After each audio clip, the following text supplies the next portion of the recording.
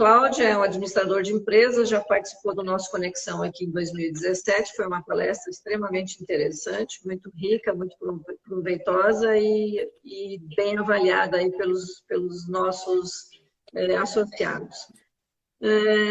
O Cláudio é autor de 5 livros na área de comercialização internacional, foi conselheiro do Roberto Justus no reality show Aprendiz, em 2 temporadas, no Sócio e no Universitário, e também no Aprendiz Empreendedor, na 8ª temporada, com o João Dória Júnior. Cláudio, vou deixar você também complementar aí a sua apresentação para a nossa live de hoje, onde a gente vai falar sobre preparação do negócio para essa nossa nova realidade aí, né? Senão, vamos lá? É isso aí. Vamos lá. Bom, gente, eu trabalho com inovação há bastante tempo, motivo que me levou a Toledo para uma palestra na Conexão de vocês, uma experiência maravilhosa.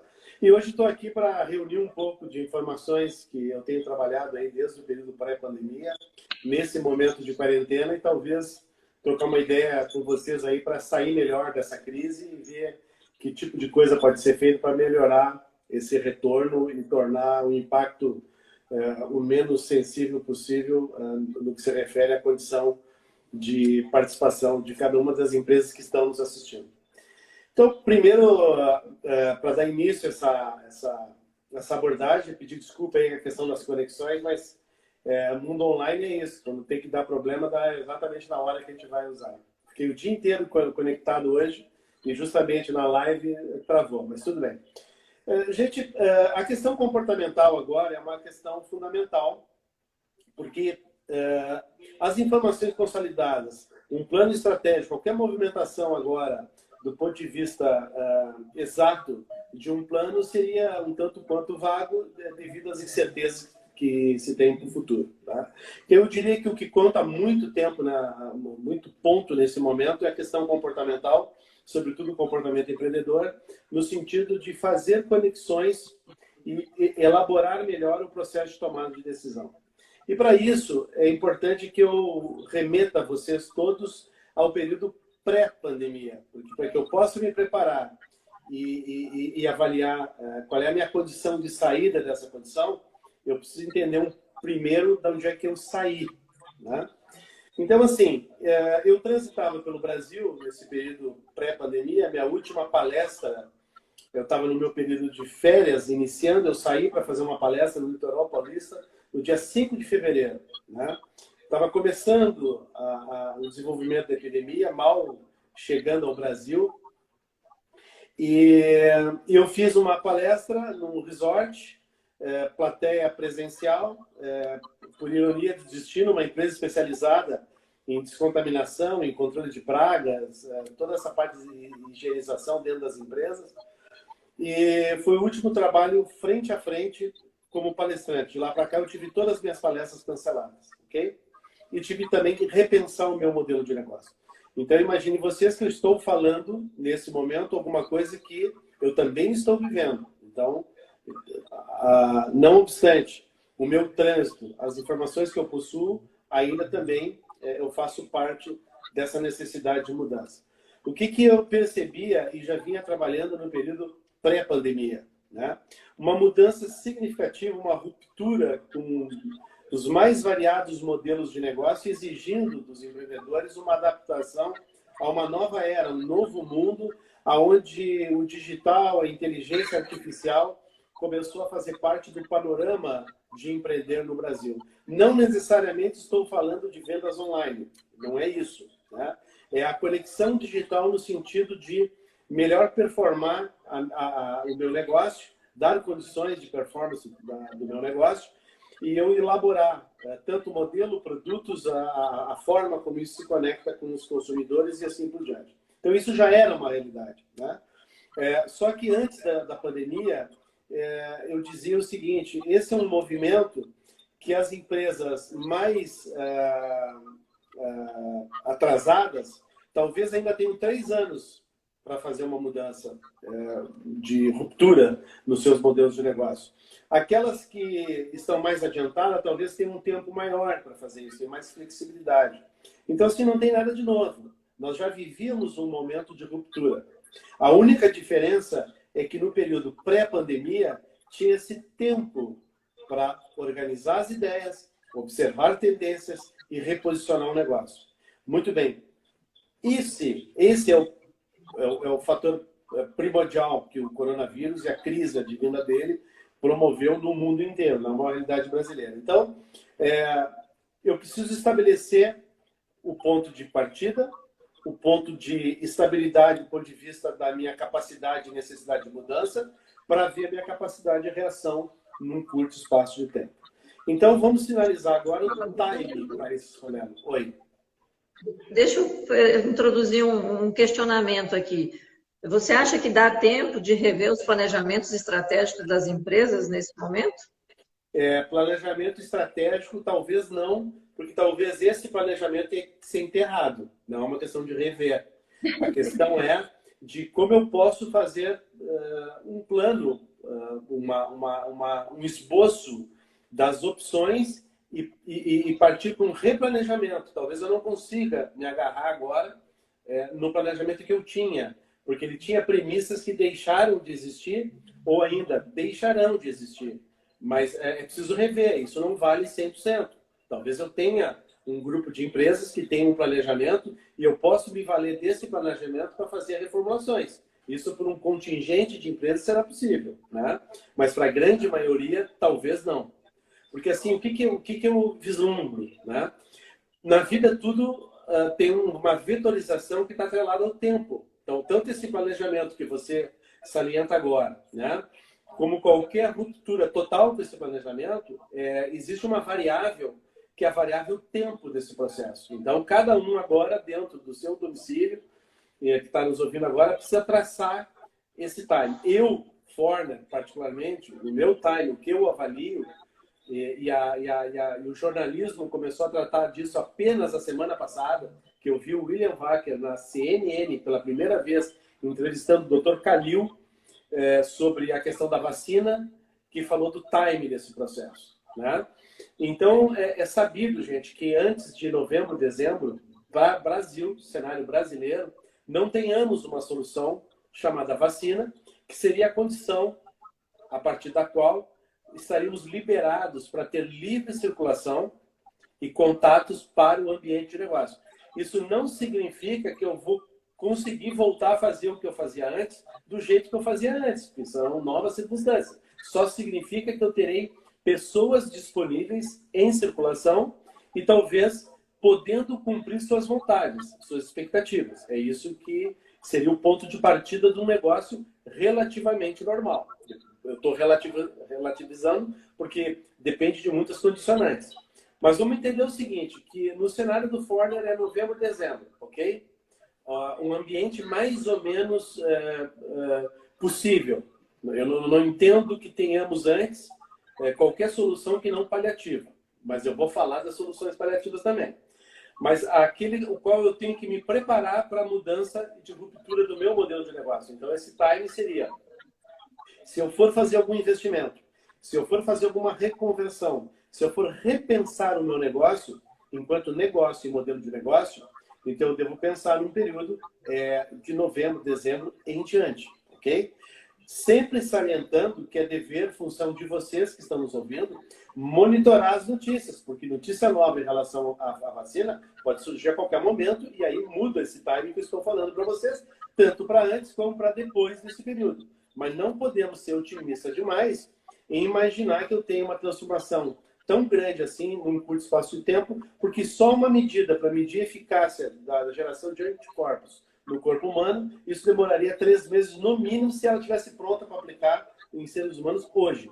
Uma coisa que não existe. Ela está em teste em ser humano, mas a aplicação enquanto vacina não, porque não se saberia o tempo da carga de anticorpos, por quanto tempo duraria. Então eu não saberia sequer por quanto tempo duraria essa vacina. Só para vocês terem um exemplo, a H1N1 você tem que vacinar todo ano. Por quê? Porque a carga de anticorpos que ela gera, a vacina, ela tem uma validade aí de 14, 16, 18 meses. Então, para não entrar numa margem de risco, se vacina anualmente, né?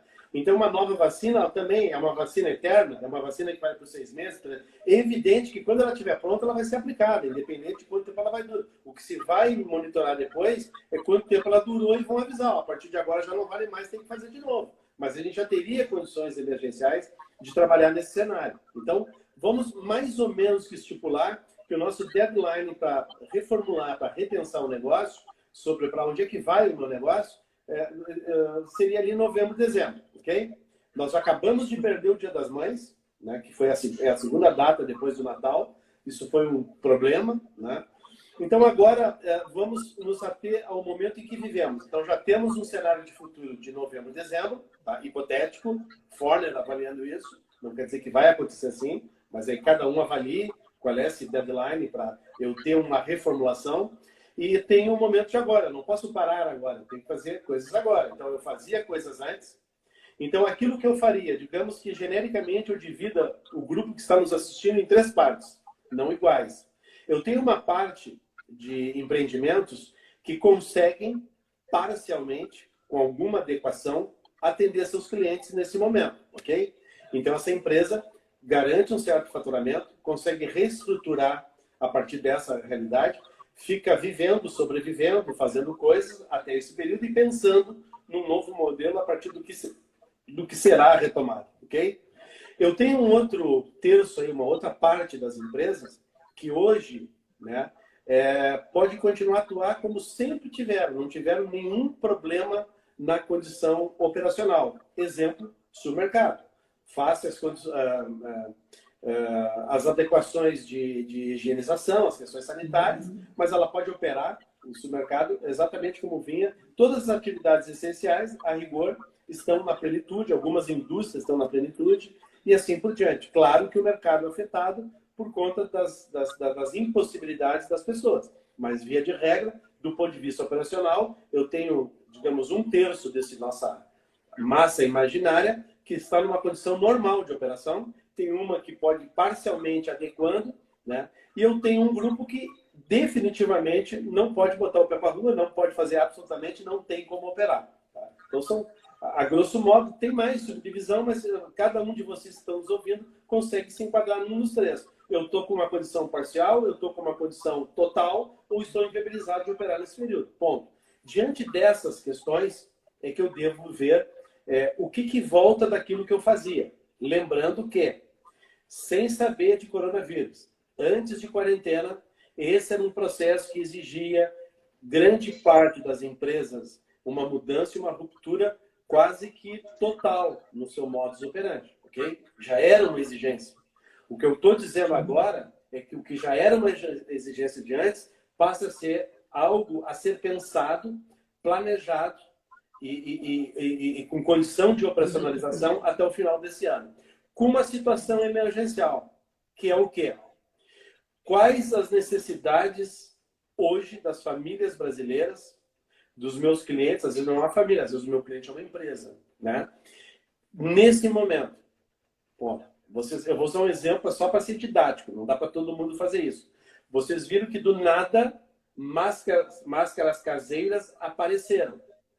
Tem gente ganhando dinheiro com isso. Era uma necessidade que não tinha antes da pandemia. Passou a ter. É só para ilustrar, ok? Assim como a máscara, novas necessidades num mundo distanciado, mas em movimento. Não é um mundo distanciado hibernando.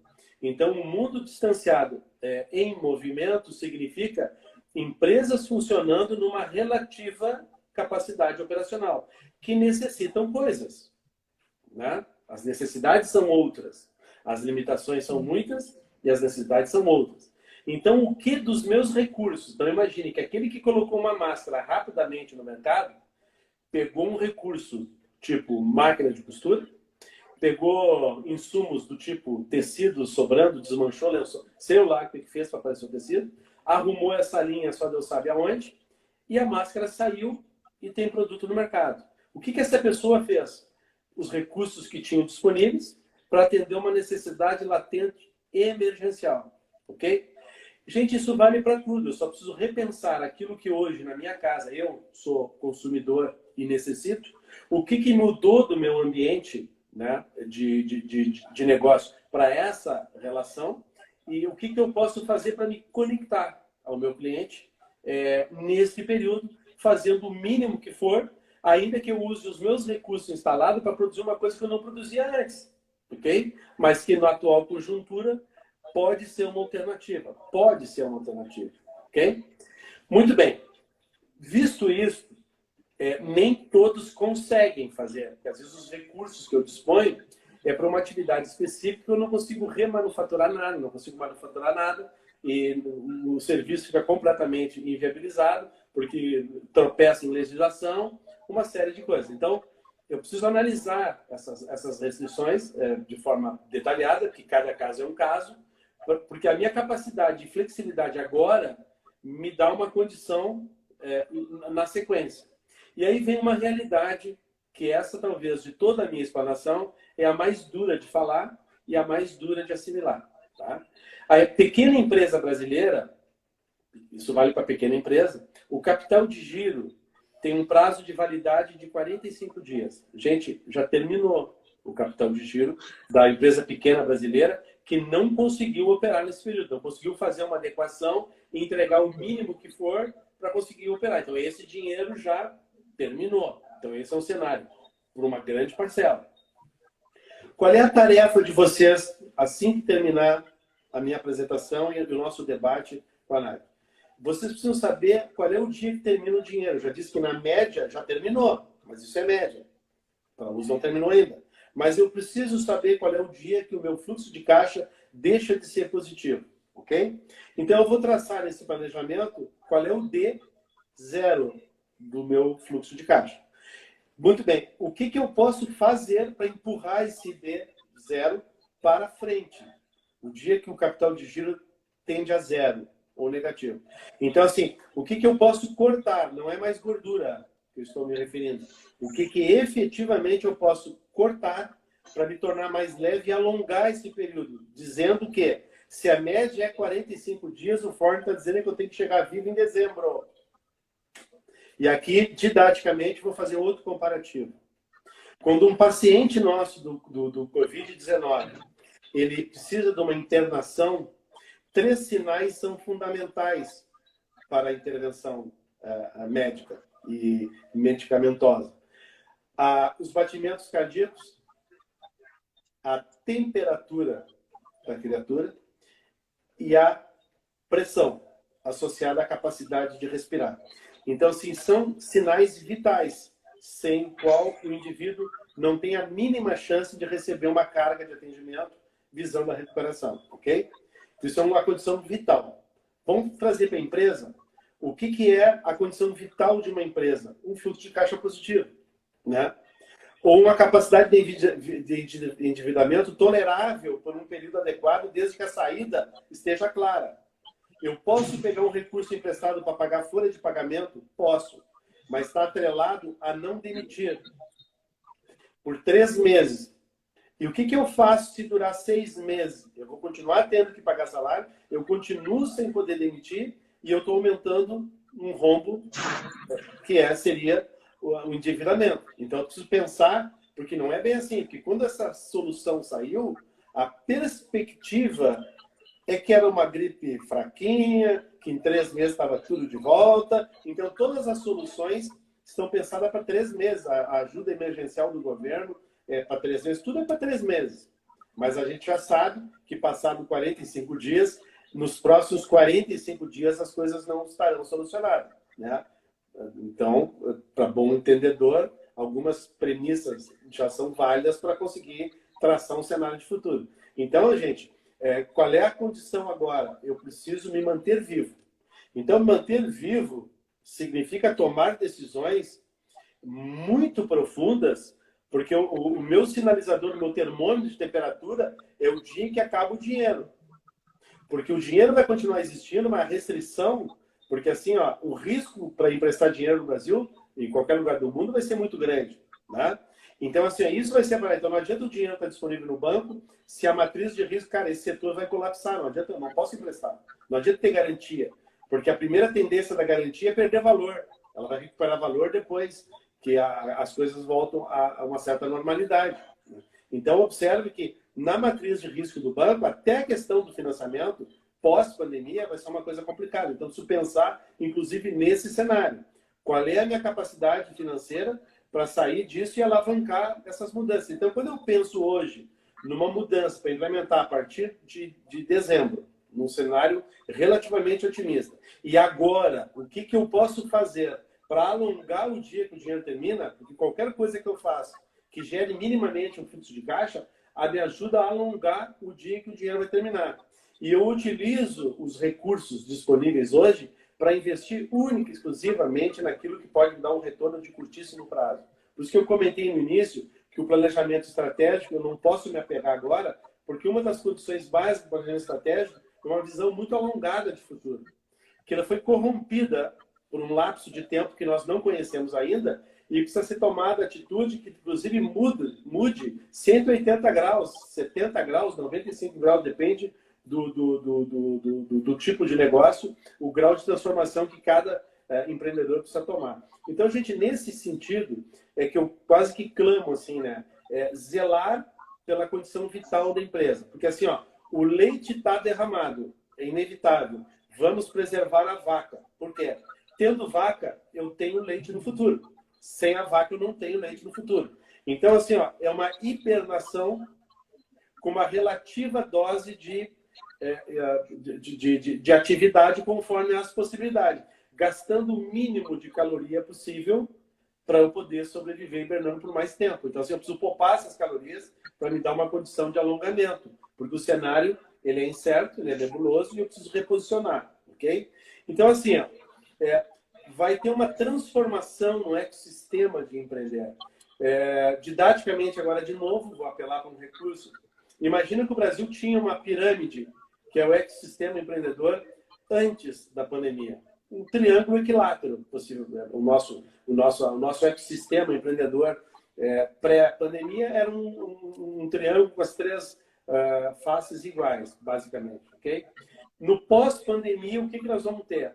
A base, o que é basilar na nossa pirâmide, vai alongar dinamicamente, estupendamente, exponencialmente. E o pico da pirâmide vai descer. Não vai encontrar a base, mas vai ficar pouco distanciado da base. Por que isso, gente? Nós vamos migrar de 13 milhões de desempregados para aproximadamente 24 milhões de desempregados na situação hoje. Avaliado com o que está acontecendo hoje. Muito bem, os senhores bem sabem que aqueles 13 milhões de desempregados do pré-pandemia tinham limitações, tinham dificuldades extremas de se reposicionar. Muito difícil. A economia estava querendo dar alguns sinais, estava caindo lentamente, mas com uma dificuldade extrema a curva de desemprego no Brasil. Muito bem, agora ela volta a subir e vai para 24 milhões. Esses 24 milhões, eu não preciso ser especialista em mercado de trabalho para dizer para vocês que eles não terão emprego no pós-pandemia por N razões, mas duas delas nos cabe apresentar aqui. Uma delas, o motivo pelos quais foram dispensados, o principal critério é a obsolescência, não se enquadra no atual momento, tipo, já está ultrapassado, já ia acontecer antes, só que ia acontecer gradativamente, agora aconteceu tudo numa vez só. Então, esse indivíduo, o que ele tem de conhecimento, de habilidade, está com prazo de validade vencida, precisa se reinventar. E aqueles já estavam vencidos, os outros 13 milhões. Só que isso tudo vai virar, hoje, MEI, por uma condição de, como não tem emprego, eu vou ter que fazer alguma coisa para sobreviver. E se eu me tornar MEI, ou se eu me tornar uma pequena empresa, a nossa base do ecossistema vai ficar muito carregada. De tal maneira que as instituições que dão suporte, hoje, também não têm capacidade para absorver um atendimento personalizado para 24 milhões do dia para a noite. E esses processos não estão automatizados ainda, a automação não chegou, a digitalização não chegou nesse nível para atender esse tipo de público. Mas o que a gente tem hoje que não tinha no pré-pandemia? Hoje, por conta do auxílio governamental dos R$600 e por 3 parcelas, quem não estava digitalizado obrigatoriamente teve que achar em algum lugar um smartphone. Então, além de estar com um telefone, ele é smartphone, com dificuldade ou não, com alguém ajudando ou não, indo na caixa 50 vezes para resolver, não importa. Está com um aplicativo, já aprendeu a baixar o aplicativo, já preencheu um questionário no celular e, mal ou bem, já recebeu ou ainda vai receber. Então, essa experiência, quase que toda a população brasileira vai ter no período pós-pandemia. Esse é um aspecto positivo, né? A minha ponta já vai estar digitalizada. Bom, numa situação precária, bom, mas já sabe como funciona e já sabe que tem como tirar benefícios a partir de um telefone celular. Muito bem, então essa base de 24 virando MEI é a condição básica de gerar renda para desenvolver a economia, que os especialistas dizem que o Brasil vai ter uma queda substancial de 5% do PIB. Eu acho que vai ser mais, mas enfim, vamos trabalhar com 5, é o suficiente para gerar os 24 milhões. A não contratação, lembre que a crise de 2008, a crise financeira, nós demoramos uma década praticamente para voltar a crescer. O Brasil ia começar a crescer esse ano. De 2008 Sim. até agora, o crescimento efetivo estava começando a aparecer nos números trimestrais agora. Agora, o que aconteceu com o primeiro trimestre? Tivemos 12,6% de incremento de mês. 12,6%, que representa 81% da abertura de empresas. Hoje já é 81%, com uma queda de 5% nos demais segmentos. O que vai ter no próximo trimestre? Um aumento substancial nessa modalidade e uma queda substancial nas outras modalidades. É o que vai dar o achatamento da pirâmide que eu falei para vocês. Que nem o achatamento da curva do coronavírus. Então, eu tenho menos empresa no pico da pirâmide e a base da pirâmide vai estar extremamente adensada, né? Muito bem. Então, esse é a massa de receita, mais as pessoas empregadas, evidentemente, mas os economicamente ativos no Brasil vão ter uma queda substancial, quase que vão cair pela metade, né? E é disso aí que vai depender a renda das pessoas para voltarem para a nossa economia aquecer. E a nossa capacidade de atendimento desse grupo, de certa maneira, é limitada. Então, assim, ó, já começando agora a ebulição do pós-coronavírus. Qual é o ambiente de clientes que eu terei? Eu terei um segmento significativo de clientes que eu já tinha antes. Eu tenho outros que eram meu cliente, mas que perderam o emprego, então vão vir numa condição menor, do ponto de vista de comportamento, do ponto de vista de disponibilidade, a fim de comprar. Então, evidentemente, que eles vão ficar muito tempo restrito para as questões essenciais, porque eles também estão calculando qual é o dia que o dinheiro termina, porque essa tarefa não é sobre o empreendedor, cada um em casa está pensando, eu vou ter emprego, não posso? Eu vou ter emprego ainda durante? Por quanto tempo o que eu tenho disponível de economia eu consigo sobreviver até quando? Então, observe que essa é uma condição que está para todos, não é uma questão específica, tá? Então, todos esses modelos de negócio, gente, eles vão precisar ser reconstruídos, porque eu tenho uma base de clientes com um novo comportamento, né, adquirido nesse período, e também com uma condição de renda completamente distorcida se comparado com o período pré-pandemia. Então, lidar com o imprevisível. Essa é uma condição que o empreendedor se depara agora. Porque quando eu tinha o previsível, que aí gerava o meu planejamento estratégico, todo o meu planejamento, em cima de premissas e cenários plenamente previsíveis. Então, muito bem, isso não temos hoje. Então, eu preciso ter sensibilidade para fazer leitura do meio ambiente, o que está acontecendo, o que ainda poderá vir a acontecer nesse período que eu estou dizendo para vocês até dezembro, e a partir daí eu preciso enxergar como estará meu negócio nesse processo mais distanciado. Então, assim, ó, o que exige nesse momento onde eu preciso lidar com o imprevisível, né? O comando, né, desse negócio, ele estava muito atrelado antes, gente, ao planejamento, como a Nádia nos questionou no início. Isso porque eu tinha controle, porque eu tinha informação e as coisas aconteciam, eu fazia pequenos ajustes, ok? Isso me dava segurança na tomada de decisão, isso balizava todo o meu processo decisório de gestão da minha empresa. Muito bem, a gente não tem, raras as empresas que estão operando normalmente, até estão crescendo tem muita empresa crescendo nesse período, mas enfim, esse tipo de coisas para elas continua. Talvez até desenhando, sinalizando um mercado maior ainda no pós-pandemia.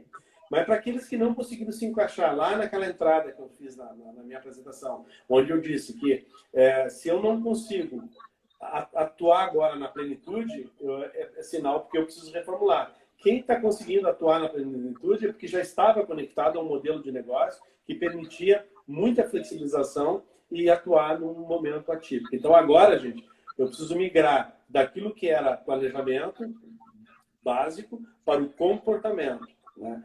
E vale questões agora experimentais, que a gente fala tecnicamente que é o learn by doing. Eu preciso aprender fazendo, né? Porque eu não tenho as referências, a gente nunca viveu algo parecido com isso. Mas observe o seguinte, na crise de 2008, o que surgiu? Uma restrição financeira muito forte e nós aprendemos a desenvolver ferramentas e modelos de negócio que estão no conceito do share, de dividir. Foi aí que nasceu o Uber. Foi aí que nasceu o Airbnb. Eu não preciso ter os imóveis, eu posso compartilhar um imóvel que já existe, né? Uber, eu não preciso ter um carro, eu posso compartilhar um carro que já existe. E assim por diante. Então, vocês observem que surgiram plataformas de compartilhamento. Por quê? Justamente por a questão de poder aquisitivo, o apego àquelas coisas, ser 100% meu, o ter excessivamente, isso, desde aquele período, perdeu impacto. Agora, o que a gente precisa entender um pouco desse learn by doing, né? Aprendendo fazendo. Nós vamos viver um período de desglobalização. A globalização criou um problema e um gargalo agora que todos os países... Cara, assim, como é que eu mando o homem para a Lua, mando o satélite para fora da órbita e falta máscara para o meu enfermeiro no hospital agora que precisa salvar a pessoa? Ou seja, uma coisa um tanto quanto descabida, né? Ah, mas pegou todo mundo sobre ressalto. Sim, mas isso é uma condição vital, a condição de produzir coisas básicas. Não estou falando de tecnologia ao extremo, estou falando de coisas básicas. Então, o mundo vai repensar um pouco os aspectos positivos e negativos, mas lembrando sempre que no período pré-pandemia, a desglobalização já estava acontecendo. O fenômeno Donald Trump, o Brexit da Inglaterra e assim por diante. O mundo já estava meio que desmontando. Com o advento da falta de apoio do bloco europeu para a Itália no momento mais decisivo, expuseram a Itália de uma maneira quase que brutal, desumana, depois tentaram recuperar. Não sei o quanto dessa lesão vai voltar no pós-pandemia, mas vai voltar. Então, no mundo menos globalizado, né, vai existir uma valorização para o local, né? Isso não é ruim para os pequenos negócios, não é ruim para os médios negócios. As soluções ficam mais perto, as pessoas passarão a valorizar mais essa questão do local, né? Como que eu faço uma validação de novas ideias nesse momento se eu não posso aglutinar pessoas?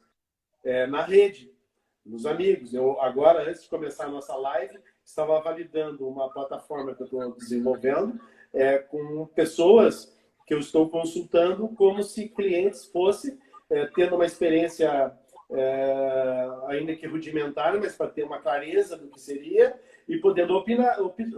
Então, o que acontece? Eu estou validando na rede algo que eu faria numa reunião presencial com uma metodologia, inclusive, que eu desenvolvi e aplico na geração de inovação das empresas, e que agora, nem para a minha empresa, eu pude fazer. Mas estou fazendo digitalmente, de forma precária, com entrevistas, enfim, não é a mesma coisa, mas eu chego em resultados próximos, o que já é suficiente para fazer a modelagem do negócio e tornar ele viável nesse período que vivemos, mas para sair forte no período pós-pandemia. Então, validação agora de novas ideias, evite exclusivamente amigos, mas a rede como um todo tem os amigos dos amigos, eu consigo validar, né? Conversar com pessoas e assim por diante. Eu estou tendo o hábito, nesse período de quarentena, a cada dia ligo para 1, 2 conhecidos, amigos, às vezes não é amigo, mas é uma pessoa que eu conheço, para ver como a pessoa está enxergando o que eu estou enxergando e que eu estou dizendo para vocês. E nessas trocas de informações, eu passo a minha visão e recebo a visão dele, muda um pouco a minha percepção, eu mudo um pouco a percepção dele, a gente vai formando novas convicções. Então, é um exercício que dá para fazer, né, no isolamento, de ligar para as pessoas, trocar uma ideia, conversar e ver pontos de vista. E assim, daqui a pouquinho eu não consigo enxergar tudo, mas no conjunto da obra eu consigo validar muita coisa. Inovar nesse período... Eu tenho um amigo meu que costuma dizer assim, a gente vai participar de algum treinamento ou de alguma reunião E após, no final, ele olha para mim e diz assim, o que que você viu que eu eventualmente não possa ter visto? Vamos trocar informações Fundamental. aqui. Fundamental. Hoje eu recebi uma grata, fui praticamente acordado hoje com uma pessoa, um amigo, mas eu não falava, um bom tempo, um arquiteto, e ele falou da realidade dele. Para ele foi o momento, não aconteceu nada diferente, porque ele tinha feito uma migração no modelo de negócio dele, mas aí ele falou por sorte, enfim, eu acho que não é sorte, mas coincidência, porque ele já vinha fazendo, talvez demorasse mais tempo, achou um veio que não foi afetado nesse período. Ele não só está com a capacidade máxima, como teve que contratar, né? E está tranquilo, assim. Então, foi bom ouvi-lo de manhã cedo, porque a cada dia a gente incorpora coisas que as pessoas estão fazendo e que tem validade, às vezes, para outros modelos de negócio. Então, nesse período, muito mais, por exemplo, eu não tenho a reunião que a associação comercial faz com frequência, mas eu tenho os contatos. Então, assim, claro, dá um pouco mais de trabalho, eu posso ligar mais dentro do meu segmento, dos associados da associação, e a partir daí fazer conexões, né? Então, dá para reforçar isso. Eu dou o exemplo de novo, quem produziu máscara rapidamente no período inicial da pandemia, basicamente juntou os recursos, inovou rapidamente e saiu operando. Não teve muito tempo para pensar, né? É o que a gente não está tendo agora. Apesar de ter todo o tempo do mundo, por se tratar de um futuro da empresa, é um período exíguo demais que eu preciso validar as novas propostas, o que ainda de ruptura pode acontecer no ambiente que eu empreendo, o que isso pode afetar e como é que eu posso desenhar uma saída, né? Outra coisa, gente, o mundo não vai parar para vocês fazerem isso. É mundo em movimento, né? Estamos em movimento. Ah, mas o mundo parou assim. Parou hipoteticamente. Na realidade, não parou. Tem coisas acontecendo e muita coisa acontecendo de forma subjacente. Eu só não estou enxergando, mas ela está acontecendo. Então, assim, ó, o mundo em movimento, ele não permite aquelas, vou tirar um semestre sabático e eu volto depois de dezembro. Então, não. Se eu voltar em dezembro, congelado com o que eu era 45 dias atrás, tentar operar do mesmo jeito a partir do final do ano, gente, colapso. Não existe mesmo. Na certa. Então, eu preciso entender isso, né? Vocês devem ter assistido um comercial na televisão. Vou dizer o nome aqui porque é público, tá? Então não é propaganda. O Santander lançou um comercial aí que está disposto a transformar 400 mil bancas de jornais Brasil afora. Já está fazendo intervenções em algumas, preparando as pessoas para um novo momento. Qual é o novo momento? Aí vamos dizer assim, tem muita inovação aí? Não, tem inovação. Mas o que estava acontecendo? Vender jornal e revista presencialmente é uma coisa fácil de fazer nos dias de hoje? Não. Então, esses negócios já estavam colapsando antes, né? Estavam rodando sem, sei lá como, né? Mas estavam. A banca está lá. Ela existe. Existe um empreendedor por trás. O que o Santander está propondo? Reinventar essa banca, reformular, criar um novo padrão visual e estético e colocar um outro modelo de negócio junto com a revista, para que esse indivíduo possa fazer uma transição. Olha que sacada, e essa sacada é extremamente inovadora. Eu tenho um meu negócio pré-pandêmico que era inviável, mas estava caindo. Agora eu faço curso, me formo, reformato o negócio e quando eu reabrir, eu reabro com revista mais chaveiro, revista mais floricultura, revista mais cosmético, revista mais um conceito de celular. O que acontece? Pós-pandemia, as pessoas vão comprar mais revista e jornal? Possivelmente não. As pessoas vão consertar celular no pós-pandemia? Possivelmente sim. Mais do que antes, porque antes eu trocava o celular. Na impossibilidade de trocar agora com a restrição financeira, as pessoas podem perder o coração, mas não perdem o celular. Vão mandar arrumar celular. Então, a tendência que esse mercado vai crescer muito. Então, observe como, entre aspas, é complexo, mas entre aspas é fácil o redirecionamento. Então, por que eu quero trazer esse exemplo para marcar o grau de transformação que vocês precisam fazer na empresa? Talvez eu consiga, avaliando o que eu estava fazendo antes. A minha empresa estava em crescimento? Estava estável? Estava caindo. Se ela estava caindo, gente, congelou caindo, vai abrir caindo mais ainda. Se ela está estável, ela congelou, vai sair do congelamento descendo gradativamente. Se ela estava crescendo, é possível que eu retome crescendo com menos necessidade de adequação. Mas pense no modelo da banca, porque ele é híbrido. Não deixou de fazer o que estava fazendo antes, mas sabe que o que está fazendo não vai continuar por muito tempo. As pessoas não vão comprar mais jornal em banca, não vão comprar mais revista em banca. As pessoas baixam no aplicativo. A revista é mais barato, mais prático, mais tudo, né? Então, gradativamente, esse indivíduo vai transformando um negócio num novo negócio. Não precisa fechar e reabrir um, né?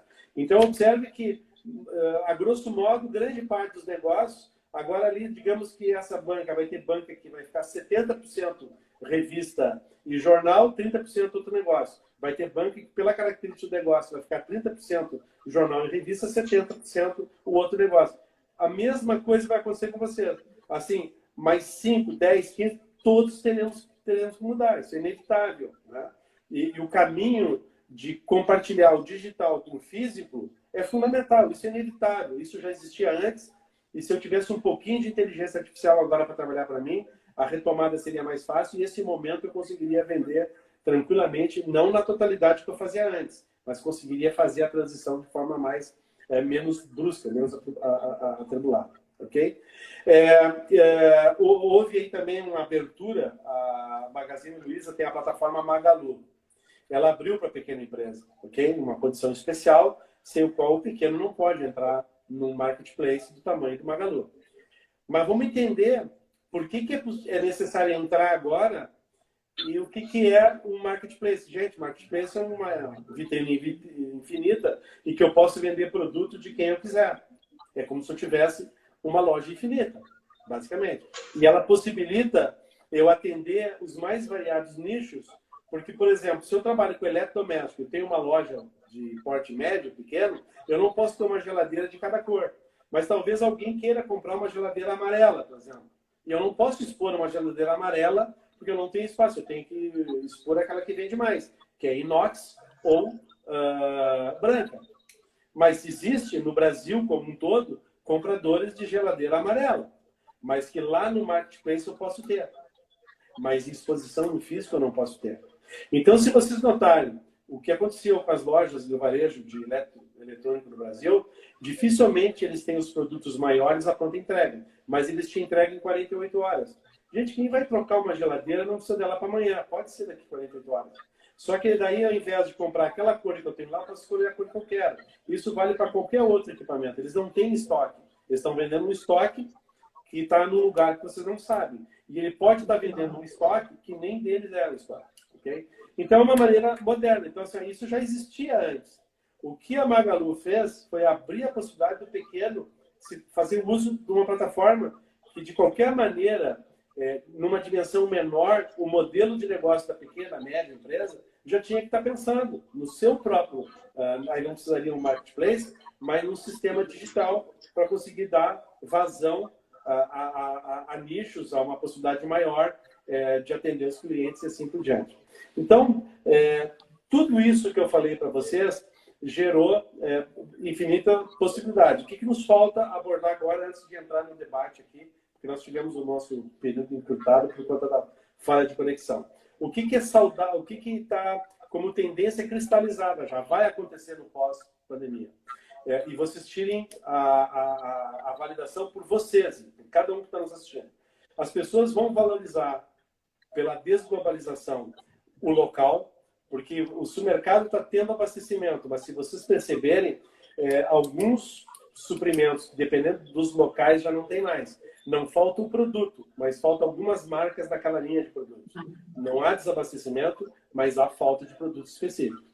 Então, o local vai ser valorizado a partir de agora. Eu consolidar marcas locais para onde eu vivo, onde eu conheço as pessoas. Esse, pelo menos, eu tenho que ter. As pessoas irão valorizar o mais saudável. E mais saudável é o que, para mim, é mais interessante do ponto de vista de saúde, porque as pessoas, gente, a moda era falar de negócio que as empresas tinham que ter um propósito, né? A visão moderna da modelagem de negócio começa por um propósito da empresa. Então, todo mundo atrás do seu propósito empresarial. Pois bem, digo agora para vocês que as pessoas, diante do susto que tomaram e estão tomando, criarão propósito para si. Ok? Então, assim, vai ser um consumidor mais consciente. Esse cara, eu podia ter morrido nesse troço, a minha vida ia acabar. Quantos estão sendo surpreendidos com uma morte não planejada, completamente fora do período natural das coisas e que deixou de realizar muita coisa na vida. Vocês querem dizer que depois de todas essas notícias, a carga massiva de informações dessa natureza, que vocês, eu e qualquer pessoa não está pensando num propósito, se eu não tinha, cara, eu tô aqui para quê? Né? Então essas pessoas vão pensar nisso. Então o saudável vem forte, as pessoas serão mais resilientes na solução, no envolvimento das suas decisões. Então isso muda a característica principal de consumo. Também serão mais ativistas. Então assim, aquilo que me incomoda como consumidor, eu tendo a expandir isso para uma gama significativa de pessoas através das minhas relações pessoais e, sobretudo, as digitais, onde eu chego a um número significativo de pessoas. Então, o ativismo que vocês estão vendo agora, por enquanto, polarização política, assim como tem polarização de time de futebol, dependendo do lugar que você vá, esse ativismo ele vai acontecer de forma mais abrangente. Então, as pessoas vão defender causas. E ao defender causas, né, comprometer o meio ambiente vai ser extremamente perigoso. Se meu produto não tem boas práticas, não tem boa governança, não tem boa presença marcante na relação com o meio ambiente, com as pessoas, do ponto de vista de saúde e do ponto de vista de meio ambiente, eu vou ter problema, porque o comportamento ativista vai neutralizar muito isso, né? Até então, uma queimada é uma queimada, um óleo derramado é um óleo derramado, um produto contaminado é um produto contaminado. O leite, que foi o escândalo do leite, aí, da carne, etc. Tal. Não vai ser mais assim. O ativismo vai colocar isso na visibilidade e vai criar muita dificuldade para quem não trilhar no caminho da coisa certa. O mundo passará a ser mais colaborativo. As pessoas estão aprendendo a alcançar a mão na medida em que pode e no volume que podem também, para ser mais solidário, de um lado, e colaborativo na busca de solução. Tenho visto muito a união de vários negócios, inclusive concorrentes, se unindo nesse momento, estão sendo mais colaborativos para buscar uma solução mais de maior impacto ou que tem um prazo de validade mais alongado. Então, quando eu falo conversar com os seus, pode ser inclusive com os concorrentes, ok? Porque isso é muito importante. Gente, é inevitável que as pessoas aprenderam a consumir menos agora. Então, esse comportamento... Cara, mas eu sobrevivi. Dá para fazer assim, dá para fazer daquele jeito. Então, assim, esqueçam que as pessoas vão sair desesperadas atrás de consumo, de comprar coisas. Não creio que isso vai acontecer. Então, é bem possível que esse comportamento adquirido agora nos acompanhe por muito tempo ou talvez para sempre. O que está em dúvida é se vai ser para sempre. Ou para muito tempo, para a grande maioria das pessoas que trabalham com comportamento consumidor, já sabe que isso vem acontecer. Eu vou pegar um segmento para vocês pensarem, por exemplo, shopping center. Ah, não, shopping legal, parou as restrições, volta a funcionar. Sim. 70% de um shopping center são franquias de grandes negócios nacionais, mas que a operação é uma pequena empresa, está no simples. Capital de giro, 45 dias. O shopping vai entrar em colapso. O shopping não vive sem 70% do seu mix do lado. Ele vai precisar se reinventar para conseguir funcionar. A própria rede aprendeu muito com isso, que são as âncoras, né? Que também vão ter dificuldade. Então, isso é um modelo de negócio que vai ter que buscar um novo propósito, que eles ainda estão pensando o que vão fazer, e eles sabem que tem até dezembro para achar uma solução. E não é só não cobrar aluguel. De certa forma, a gente vê aí também uma tendência que já vinha acontecendo. Talvez novamente seja o caso de que a pandemia acelerou esse processo. Né? Sem dúvida. Já estava acontecendo. Todo esse conceito de shopping já vinha sendo revisto. Porque aí dormiu de um jeito, agora nós vamos acordar de um jeito extremamente conturbado e diferente. Né? Também o nosso consumidor, a vida se torna mais analógica também. Então tem o digital, é forte o digital, mas também as pessoas vão precisar um pouco de contato. Né? E aí tem uma gama a ser explorada em termos... Por isso que a experiência volta. A experiência volta para o ambiente de negócio, porque essa conexão mais analógica, ela vai precisar existir no pós-pandemia. Eu vou precisar me sentir acolhido, né, e entendido das minhas necessidades para ter uma boa experiência no ambiente de empreender. mais personalizado. Então, o negócio era um negócio único para muitos, né?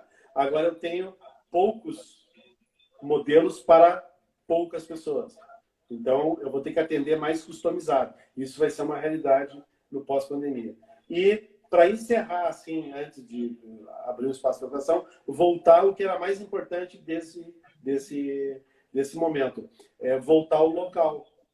Porque, assim, aquilo que eu consigo enxergar, é mais fácil fazer essas parcerias, essas trocas, essas reconstruções, né, no meu próprio ambiente. Então, voltar para o local, assim como as pessoas nesse momento voltaram para si, para dentro de si, né, para o seu umbigo. Né? Pensa, cara, primeira coisa é sobreviver. Para a empresa, o que é válido agora? Sobreviver. Se hibernar é necessário, tem que hibernar. Se demitir é a única alternativa, pense na vaca, não pense no leite agora. Pense no leite futuro. A sua capacidade de empregar no futuro. Não adianta eu manter uma condição irreal de empregabilidade agora e não poder contratar no futuro. O emprego vai perder. Eu só vou conseguir viabilizar por 3, 4 meses e ainda vou ficar com passivo trabalhista. E você sabe que passivo trabalhista vão buscar vocês na casa de vocês, né? Com patrimônio pessoal e assim por diante. Então, é complicado. O momento ele exige reflexão, exige muita ouvir, né? Ligar, fazer essas conexões, fazer essas validações e pensar assim, o que o meu negócio, como ele se enquadra nessas tendências que o Forner falou agora no pós-pandemia, que é o que já está. E ficar acompanhando na mídia, na notícia, na conversa, novas tendências que vão, essas que eu falei para vocês, já estão consolidadas. Os especialistas já falam com essas, isso já é página virada. Né? Virão outras, ainda mais se a gente for com a nossa carteira estendida por mais período, outras tendências irão se consolidar. Muito bem. Uma diferença que a gente tem agora é que isso que está acontecendo no mundo inteiro. Então, soluções também podem vir de outros lugares. Pode ser que a gente até tenha... Você disse que será um cenário onde a globalização vai contar menos. Mas, por outro lado, a gente pode ter soluções também globais, né? A gente pode ter, sei lá, bancos mundiais que percebam a necessidade de retomar a economia, que tenham programas de incentivo, enfim, coisas ainda podem acontecer. Mas eu vou deixar para você encerrar aí. A gente teve uma pequena interrupção aí, mas tenho certeza que todo mundo tirou bastante proveito dessas lições que você deixou aí para nós. Legal. Não, a desglobalização seria mais no campo do próprio comportamento, né? E do consumidor, trazer soluções para o local. É evidente que muita coisa que vai acontecer internacionalmente vai acabar impactando o mundo como um todo, mas sempre num modelo mais restritivo. Vocês vão notar que o deslocamento de pessoas vai ser mais burocrático, as exigências para a viagem vão começar a aumentar. Tudo aquilo que aconteceu depois do 11 de setembro, que a gente tem que se adequar para as viagens internacionais, as relações entre os países, isso vai voltar agora com uma outra dimensão. É nesse sentido que eu comentei a desglobalização. As coisas vão ficar mais segmentadas. E isso vai impactar, sem sombra de dúvida, o comportamento do consumidor. Isso é uma coisa. Agora, a gente, assim, existe esse cenário que eu falei até dezembro, que ele pode mudar, mas o que vocês ainda precisam ficar acompanhando é porque tem muita coisa acontecendo o tempo todo e mudança pode acontecer nesse cenário, né? Isso que eu estou falando é com as informações que dispomos hoje, né? Tem gente falando em vacina no final de 2021, tem gente falando em teste de vacina agora, que viabiliza para outubro, novembro. Enfim, tem as duas informações. Se ambas irão funcionar e quando vai funcionar, a gente precisa continuar acompanhando. Mas nesse meio tempo, eu preciso pensar no meu negócio e enxergar o meu negócio no futuro, com todas essas restrições, com essas tendências, né? E sobretudo, trocar muita ideia. Não é um momento para pânico ainda. Sei que para alguns é desesperador, é mais traumático, mas essa mudança ela era inevitável. Tem que pensar para o lado positivo, né? Que às vezes na pressão eu acabo fazendo uma mudança que eu não faria antes e me faria um mal. Você sabe que assim ninguém vai de bom grado no médico, mas basta uma dor, uma febre, um problema qualquer, as pessoas correm desesperadamente para o médico, já ficam angustiados com o exame, já querem a resposta de imediato, já abre o exame antes de levar para o médico, tal é a curiosidade, porque aquela tensão gera uma mudança de comportamento. Tá?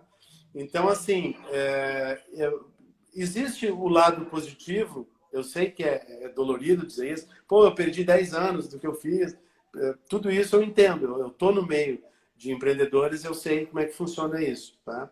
Então, mas saber que isso vai promover uma ruptura e uma mudança que vai dar um caminho mais longevo. Né? Então, assim, ó, é um mal necessário agora que não tem como voltar atrás. Vamos descontaminar lá, não vamos deixar contaminar. Não, essa pessoa não existe. Né? Então, com esse cenário, eu preciso entender e tirar um proveito disso. Quer dizer, eu vou ser forçado a mudar. Mas se eu mudar, vou me conectar num novo jeito de fazer negócio. Mas era um novo que ia se tornar viável num período aí que ia se estender ainda, talvez, por mais uns 6 anos para as empresas brasileiras. Então, basicamente, é só uma encurtada de tempo e ter que fazer isso de forma abrupta. E talvez não no melhor momento. Nada mais do que isso. Eu estava até comentando também, na sua ausência, você falou dos cinemas. A gente teve aqui um exemplo no Paraná, que é um restaurante extremamente tradicional para os paranaenses, o Madalosso, em Curitiba, que